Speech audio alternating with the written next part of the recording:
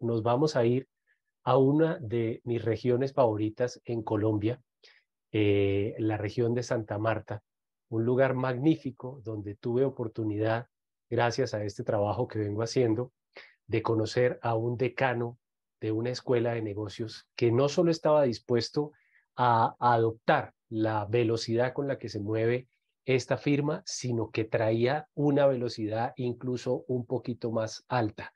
Germán, muchísimas gracias por acompañarnos. Bienvenido a este panel. Hola José, buenas noches para todos los panelistas, los compañeros aquí de mesa y a los participantes en este panel. Sí, aquí venimos desde el sabor del Caribe colombiano junto con el picante mexicano. Eh, Justamente estamos en Santa Marta, en la Universidad Sergio Arboleda. Para darles un poquito de ubicación, en Colombia hay 3 sedes de esta universidad: Bogotá, Barranquilla y Santa Marta, que conforman las sedes Caribe.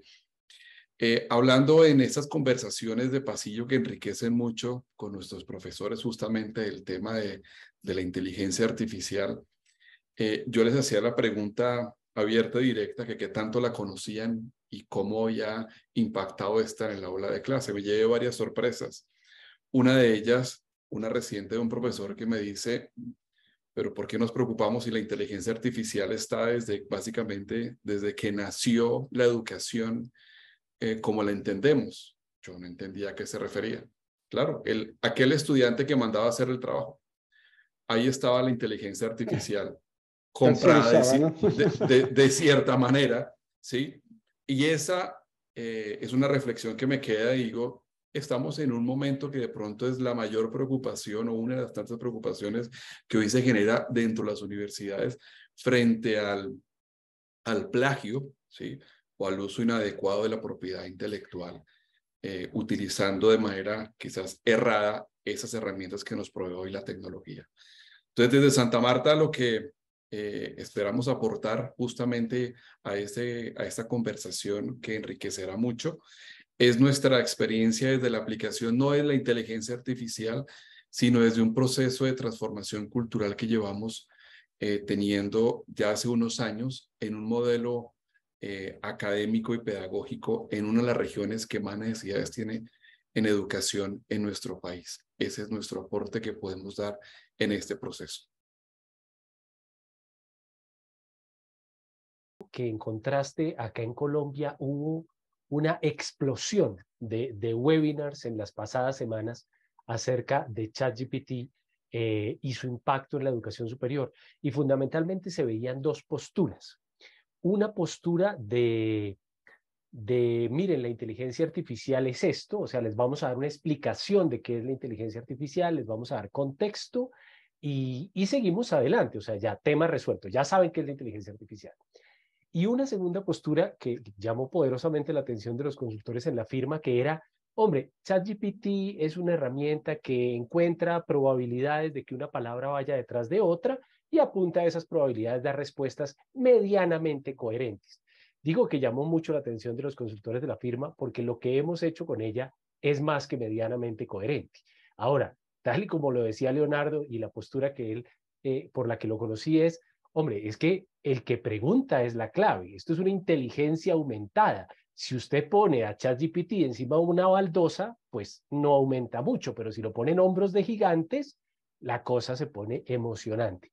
Pero yo estoy seguro que Germán tiene una postura diferente a simplemente contar una historia o a decir, acá no ha pasado nada porque esto es solo probabilidad. Germán, adelante porque nos encantaría escuchar esa postura. Bueno, la postura arranca justamente con eso, José, y es en este mundo actual que anteriormente llamaban los expertos el mundo VUCA y que hoy lo llaman un mundo BANI, en donde después de la pandemia, sobre todo, se ha aumentado la incertidumbre con tanto cambio dramático y acelerado, sobre todo también que está impactado por la tecnología. En esta habilidad que se denomina y que es hoy en día tan valiosa, gestión del cambio, es muy importante preguntarse cómo estoy parado frente a las circunstancias. Y esa pregunta nos la hicimos hace unos años atrás, mucho antes de la pandemia, en la universidad frente al modelo? Y es una pregunta que en la academia en Colombia se viene haciendo desde hace rato frente al modelo educativo, principalmente el cual ha estado enfocado más en la enseñanza y no tanto en el aprendizaje. Entonces, en ese proceso, nosotros comenzamos al interior de la universidad a fortalecer nuestro modelo enfocado hacia el aprendizaje. Y en un principio nos orientamos hacia el modelo, hacia la estrategia de aprendizaje por competencias, hoy en día ya transformado hacia un modelo pedagógico por competencias. Y en todo este proceso llega una ley en Colombia que nos enfoca a las universidades hacia los resultados de aprendizaje. Y aquí tenemos dos caminos, dos formas de pararnos frente a una realidad. ¿Cumplimos legalmente una instrucción de nuestro Ministerio de Educación o nos paramos o continuamos en un proceso de transformación en nuestro modelo educativo? ¿Cómo lo entendimos que se puede transformar? En el momento de la verdad, el aula de clase, el profesor frente a los estudiantes y cómo nosotros también vamos a aportar para que el estudiante cada día más pueda tener su llamado trabajo autónomo o su autonomía como estudiante. Entonces decidimos abordar el problema desde dos focos. Desde el foco del profesor, en darle habilidades para que él entendiera que el profesor no es el que viene únicamente a transmitir un conocimiento, sino que hay que enfocarse en el centro del proceso, que es el estudiante. ¿Cómo aprendemos lo que aprendemos? ¿Cómo genero yo en el estudiante una competencia que es la que yo quiero para mi materia y que no es únicamente el contenido que está plasmado en la materia? Y ahí el reto es mayor, porque cuando hablamos de competencias, pues significa capacidad, significa el contexto, significa reducir contenido, significa muchas cosas. Y ahora enfocar el tema de resultados de aprendizaje. Entonces, este proceso de transformación lo hicimos desde el profesor y emerge una situación bastante interesante y hasta muy bonita, con liderazgos de profesores que han venido trabajando y que no conocíamos al interior de esta escuela en pedagogías muy innovadoras. ¿Qué hicimos? Vamos a trabajar especialmente en cómo se construye un resultado de aprendizaje. El profesor tiene que entender cómo funciona esto. No entregarle el resultado como universidad, sino que el profesor lo construya. Que el profesor construya una rúbrica que sepa cómo se evalúa y que el profesor entienda cuál es la mejor forma de enseñar lo que él debe enseñar. Esto pareciera algo natural y que debe estar chuleado en todas las universidades, pero cuando vamos a ver la realidad no es tan así. Este ejercicio de transformación en donde estamos centrados en el aprendizaje del estudiante, pues ha llevado a dar una mirada distinta al profesor. Y no es únicamente lo que yo vengo a darle al estudiante para que se broncee de un conocimiento, el estudiante repita y si repitió lo que el profesor dijo, la nota fue la más alta del curso. Sino que ya conlleva una responsabilidad mayor, ok, ya tengo claramente cómo voy a evaluar. ¿Cómo conecto esto con la situación que tenemos actualmente con el chat? Yo hice un sondeo con los profesores preguntándoles el uso de la tecnología, el conocimiento, y la sorpresa es que la gran mayoría todavía no lo conoce.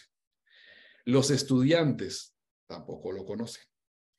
Hoy el estudiante, sobre todo pues el de esta zona, que entendemos que es un estudiante que está inmerso en teoría en la tecnología, no lo es tanto.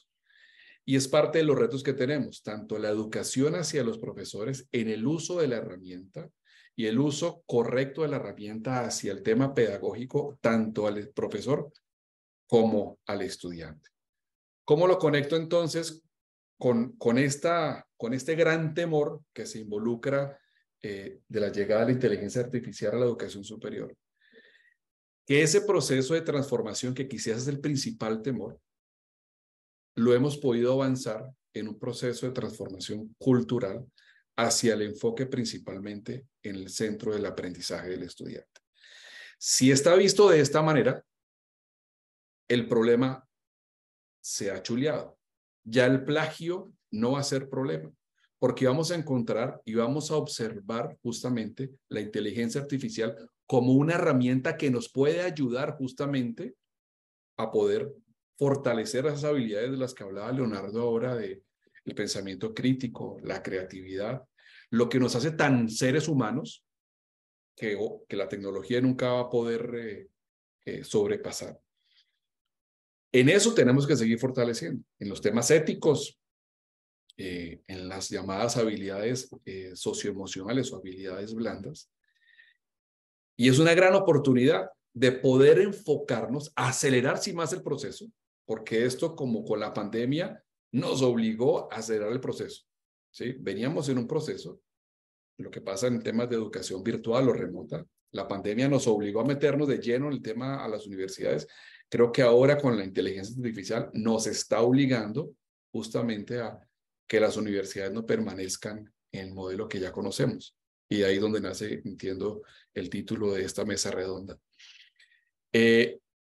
Entonces, es esa la reflexión que yo hago frente a una situación que si bien inquieta, y se va a generar, pues se va a seguir generando mucho debate frente a algo que apenas están haciendo y que estamos terminando de entender su alcance, pero sin lugar a dudas estamos parados desde la cantidad de oportunidades que se brindan desde el mundo de la educación, desde el aula de clase, desde la misma construcción de ensayos, ¿sí? Cómo voltear la mirada.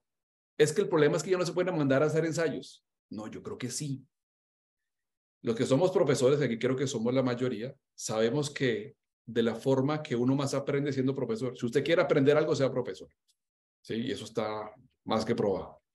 Entonces, ¿por qué no darle la vuelta y que sea el chat el que sea el estudiante y el profesor, que sea el estudiante humano, le escriba, le pida al chat que le escriba el ensayo, y aquí el estudiante es el que actúa como profesor y va a corregir ese ensayo. ¿Qué está llevando a eso? Pues capacidad de análisis, de pensamiento crítico. Para poderlo corregir necesita tener conocimiento de lo mismo y es darle un poco el giro al tema. Entonces, finalizo con eso. Es ver desde qué parte estamos parados y cómo estamos viendo este ingreso de la tecnología que aquí vemos como una gran oportunidad.